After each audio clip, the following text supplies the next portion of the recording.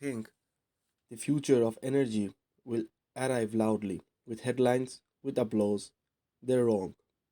The most important nuclear breakthrough of this decade didn't arrive with fanfare. It arrived as salt crystals, quietly produced inside a US national laboratory, and almost nobody noticed. In December 2025, the United States achieved something no country has ever done before. For the first time in history, chloride-based molten pardon, chloride-based molten salt nuclear fuel was successfully produced for a fast reactor. Not on paper, not in a simulation, not in a PowerPoint. Real fuel, real batches, real delivery. This fuel will power the molten chloride reactor experiment or MCRE at Idaho, Idaho National Laboratory. This is not a commercial plant yet, but this is the moment where theoretical dominance becomes physical reality. Forget everything you think you know about nuclear reactors. Traditional reactors use solid fuel rods, water as coolant, low operating temperatures, massive containment systems. They are powerful but rigid. MCRE is different. Here, the liquid is fuel. Pardon, the fuel is liquid. The coolant is liquid. Both are molten chloride salts. The reactor runs on fast neuron spectrum. This means higher temperatures, higher efficiency, smaller footprint, fewer mechanical constraints. This is not nuclear as machinery. This is nuclear as system architecture. Here, the part almost articles bury. The hard problem was not reactor design. The hard problem was fuel chemistry. To make this reactor work, the uranium metal must be converted into uranium chloride with extreme efficiency. For years, this process failed.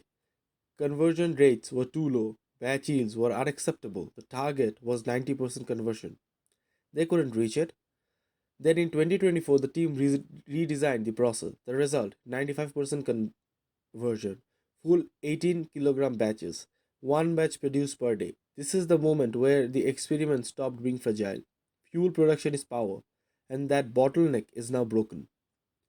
Why 75 batches matter, you may ask. To go critical, the reactor needs 72 to around 78 fuel batches. That means sustained industrial scale production, repeatability,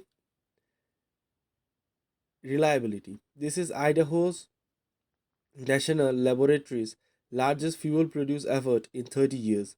This is no longer a lab curiosity. This is a pipeline, and pipelines are what umpires care about. This project isn't academic. The players are the US Department of Energy, Southern Company, TerraPower, Bill Gates' nuclear arm, Core Power, focused on maritime nuclear system. This is not innovation for prestige. This is state capital alignment. When governments and corporations move together like this, it means one thing: strategic intent. Now comes the part that should unsettle you. Molten salt reactors are compact, high output, low maintenance, capable of running for long durations without refueling. That makes them perfect for cargo ship, icebreaker, naval platforms, offshore infrastructure. This is energy that doesn't need ports, doesn't need fuel convoy, doesn't depend on fragile supply lines. This is mobile sovereignty. When energy moves off grid and offshore, power follows. Environmental clearance already done. Test facilities already under construction. Fuel now real.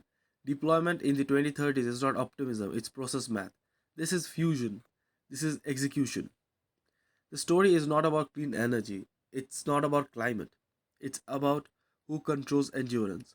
The world argues about grids, subsidies, and transition timelines. Meanwhile, serious actors are building systems that outlast governments, ignore borders, function when infrastructure fails. Molten salt reactors are not loud, they are not emotional, they do not campaign, they simply work. And systems that work quietly are the ones that end up ruling loudly.